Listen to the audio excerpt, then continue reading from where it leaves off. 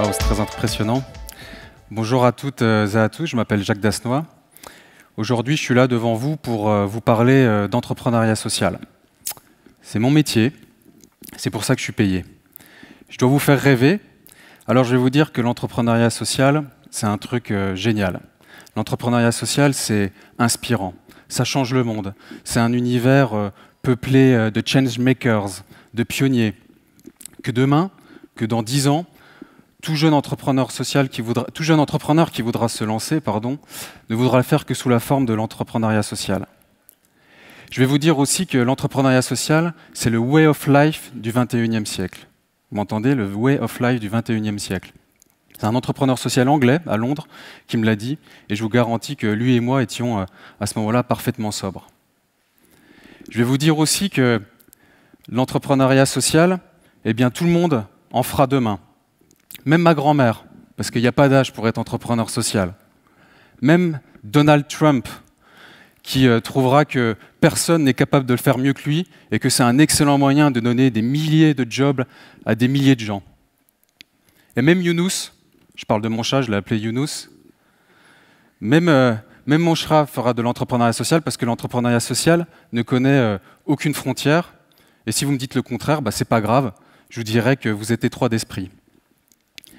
Je vais vous dire aussi que l'entrepreneuriat social, c'est une lame de fond qui emporte tout sur son passage, qui ringardise les acteurs traditionnels, économiques et sociaux.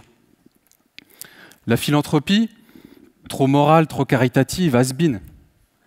Les pouvoirs publics, vous plaisantez, vous avez vu dans quel état ils sont. Les grandes entreprises, elles s'y sont déjà mises.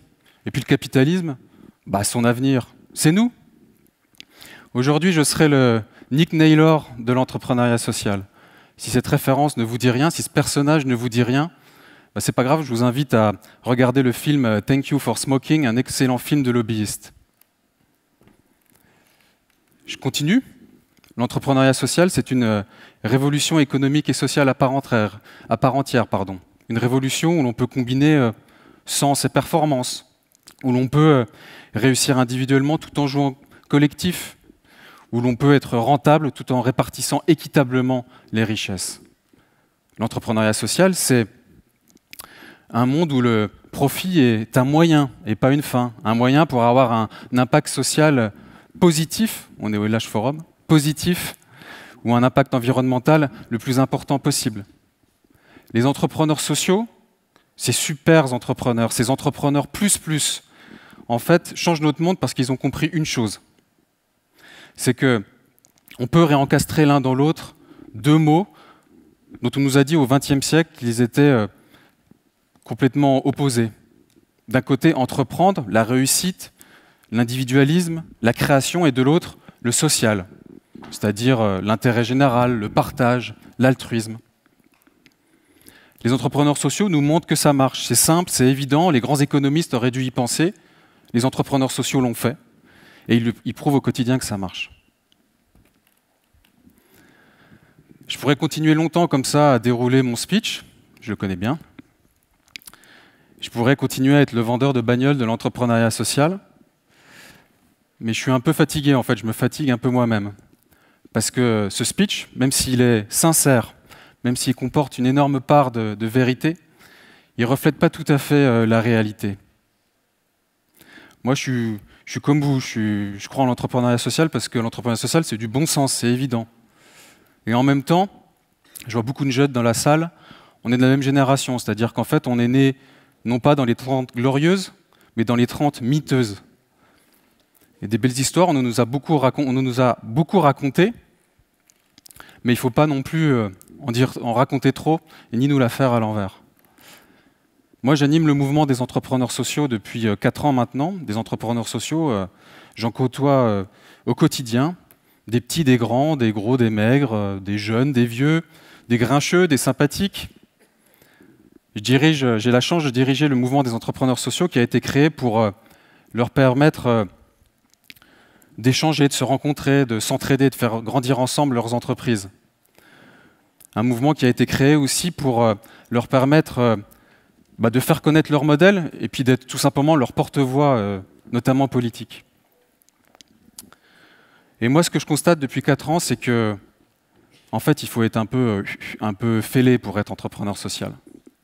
C'est exactement ce que je me suis dit lorsque je suis sorti de mon premier conseil d'administration en 2012. Je venais de prendre mon job, je me suis dit, ok, donc c'est ça ton nouveau job, ça va être d'animer un réseau de 400 fêlés.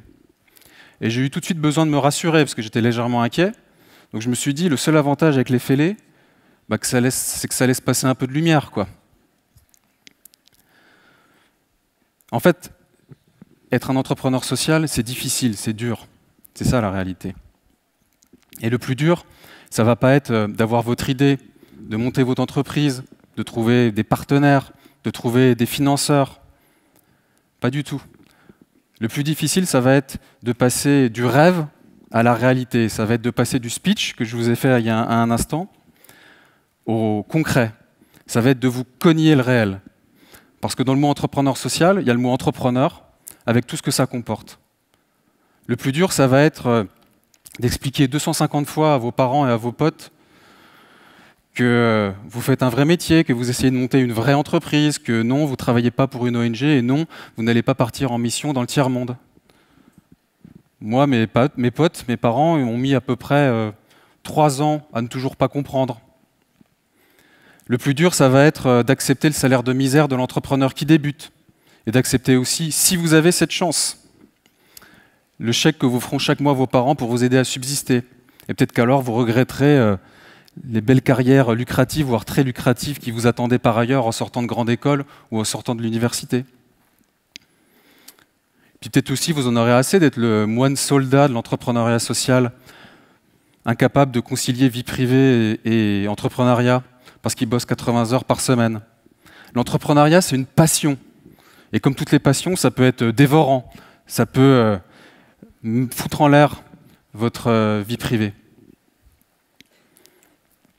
Et puis peut-être que tout simplement, vous n'accepterez pas l'échec. C'est difficile en France d'accepter l'échec. L'échec, c'est quelque chose qui est très stigmatisant, contrairement à d'autres pays. Des belles boîtes sociales qui vont traverser le ciel merveilleux de l'entrepreneuriat social comme des étoiles filantes, aussitôt apparues, sitôt disparues. Il y en a plein.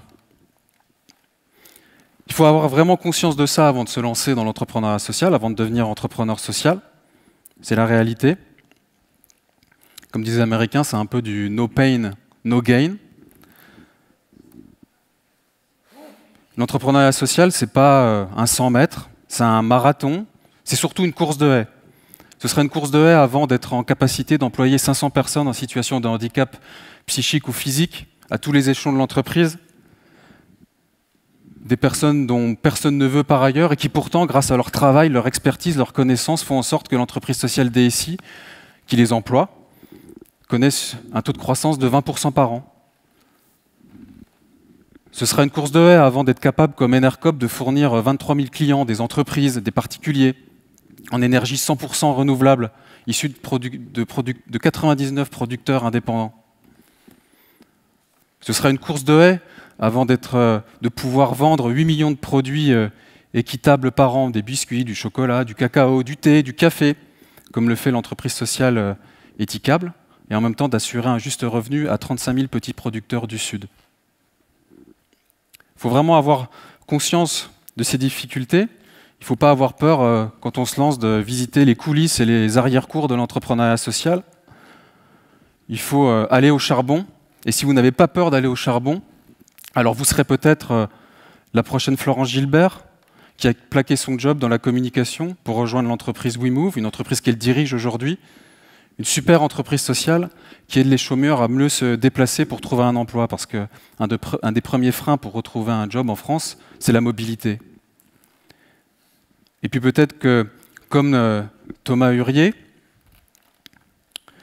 vous aurez envie de démontrer que le Made in France social, c'est possible, ça marche, ça fait des envieux partout dans le monde, que relocaliser la production de jeans, de baskets, en les fabriquant avec du coton bio, relocalisé en France, cette production, c'est possible aussi.